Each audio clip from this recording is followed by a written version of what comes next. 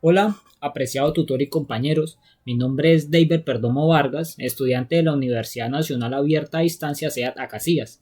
En el siguiente video voy a exponer y explicar sobre la microbiología mediante las diapositivas del trabajo. Entonces, ¿qué estudia la microbiología y por qué es importante? Pues, antes que nada, la microbiología viene del griego micro, que es diminuto, de bios, que es vida, y de logía, que es estudio o tratado. Por eso, como tal, la microbiología se embarca en el estudio de lo diminuto con vida o pues la vida diminuta. Entonces se embarca también en esto que el ojo humano no puede percibir, lo que el ojo humano no alcanza a ver, ¿sí? Donde es importante porque es que también nos enlaza con unas distintas estructuraciones, ya sea la fisiología, que son las funciones, la taxonomía, que son las clasificaciones, y la morfología, que viene siendo la forma y estructuración de los seres microscópicos. La siguiente diapositiva dice: ¿Cuál es la principal diferencia entre los microorganismos procariotas y los eucariotas? Bueno, entonces yo realicé este punto mediante una tabla ilustrando las características celulares de cada uno, donde pues entonces me dice que los eucariotas contienen esteroles de membrana, histonas de cromosomas, mitocondrias, cloroplastos, aparato de Golgi, y también nos dice que el número de cromosomas como tal de los eucariotas es mayor al de los procariotas. De igual manera, el tamaño viene siendo mucho más estructurado, mucho más grande que el de los procariotas, donde acá también me dice que tienen una replicación por mitosis los eucariotas. ¿Por qué esto? Porque ellos cuentan con una membrana, ¿sí? Los eucariotas cuentan con una membrana y un núcleo de reproducción, en este caso la mitosis. En cambio, las procariotas, como no tienen un núcleo de reproducción, ellas hacen es una duplicación de su única molécula de DNA. El siguiente punto me dice que cuáles son los organismos que comprenden los eucariotas y cuáles son los procariotas. Entonces me dicen que los eucariotas como tal son los de las células de los animales, hongos y plantas. Acordémonos que los eucariotas vienen del griego del núcleo verdadero y las procariotas vienen del núcleo primitivo, ¿sí? Entonces estas se embarcan a bacterias, a algas azules verdosas y a las archas. ¿Cuáles son las 7 propiedades de las células microbianas? Bueno, entonces por el momento estas propiedades es el metabolismo, que está catalítico o genérico, la cápsula, que viene siendo como una sustancia mucosa o una sustancia que rodea como tal la bacteria, ¿sí? La pared celular, que es la estructura rígida de la célula o de la bacteria, la membrana celular, que viene siendo una capa que permite una fluidez de biolíquidos, ¿sí? El citoplasma, que es la sustancia interna como tal de la célula, los mesosomas, que son los que permiten como tal una división celular, y los flagelos, que son los que le permiten un movimiento a la bacteria. El siguiente punto dice los factores que controlan la abundancia y la diversidad de las poblaciones microbianas. Bueno, como tal, los factores pueden ser muchísimos, ¿sí? Pero pues acá traté de ilustrar los más relevantes.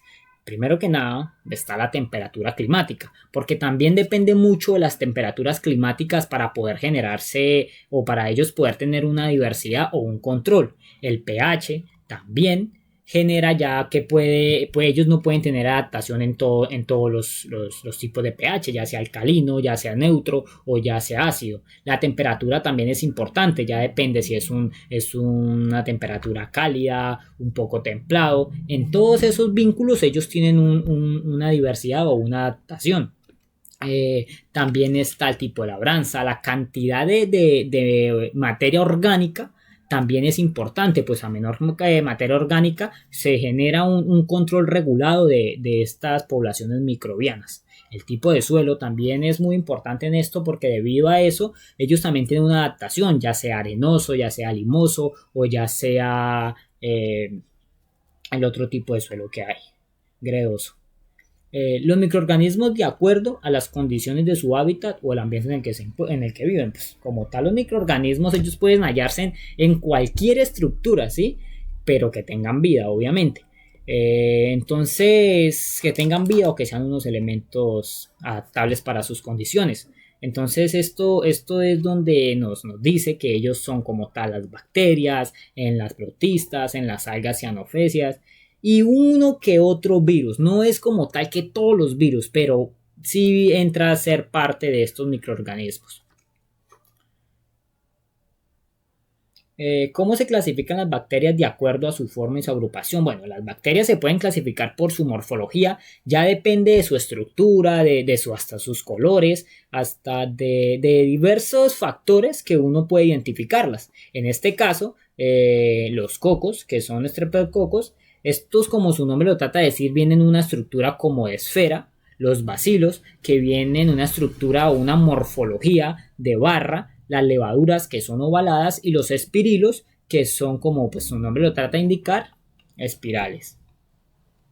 ¿Dónde se encuentran los microorganismos en la Tierra o cómo se encuentran distribuidos en los diferentes hábitats? Bueno, generalmente los microorganismos se encuentran en todas partes que se caracterice por vida, ¿sí? Entonces, como tal, se dice que los microorganismos pueden encontrarse ya sea en aguas residuales, en el océano, en el suelo, y entre más profundidad haya, menos agrupación de microorganismos.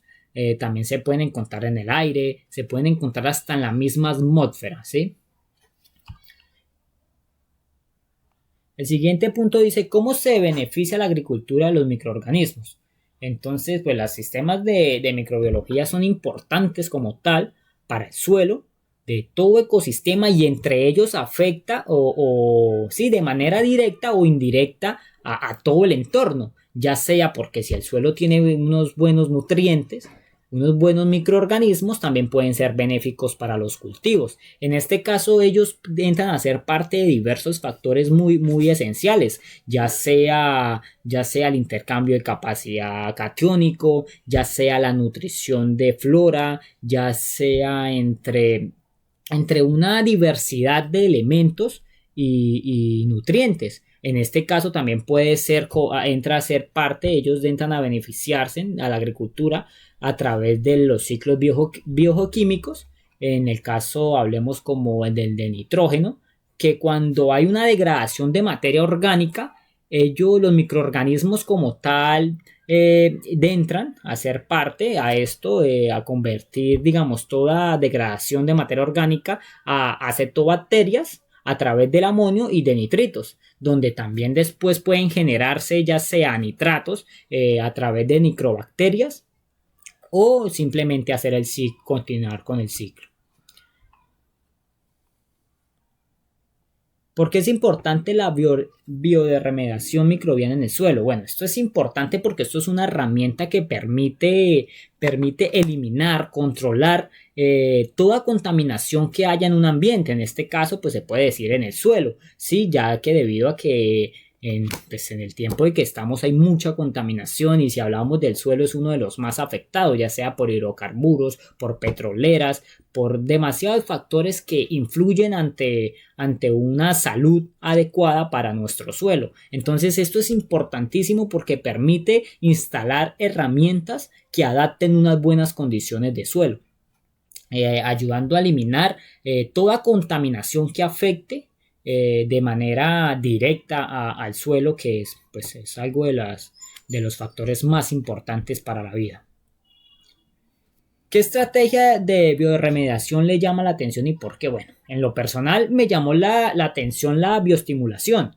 ¿Por qué? Porque esto es una técnica que como tal agregar reactores, elementos ¿cómo les explico?, de degradación bacteriana, para reducir, controlar, aislar o eliminar como tal contaminaciones o afectaciones que causen, no sé, cualquier contaminación, ya sea por hidrocarburos o como las mencionadas anteriormente.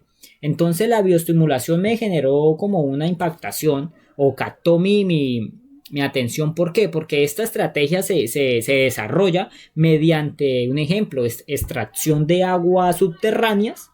Le agregan micro y macroelementos que como tal pueden ser benéficos para el suelo, agregando y multiplicando, se puede decir, una mayor población de...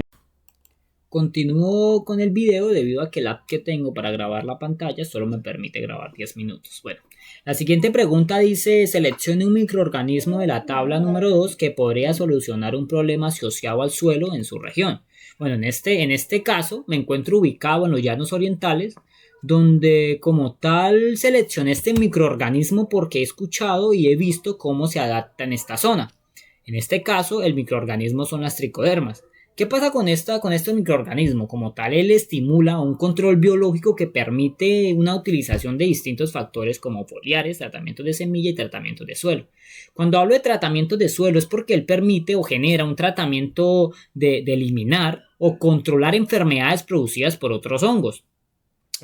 También llamó mi atención porque él tiene como tal, este microorganismo tiene como tal la capacidad de sintetizar los sidéforos que deja el hierro y los vuelve biodisponibles, ya sea en el mismo suelo o en el cultivo que en ese momento los esté adquiriendo los nutrientes del suelo.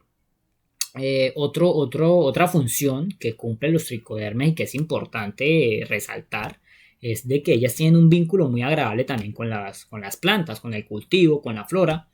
¿Por qué? Porque ella como tal genera también una barra protectora en sus raíces, donde genera también una mejor absorción de elementos y su barra se vuelve rígida y no permite que tenga tantas adversidades la planta al momento de cumplir con su metabolismo o con su desarrollo.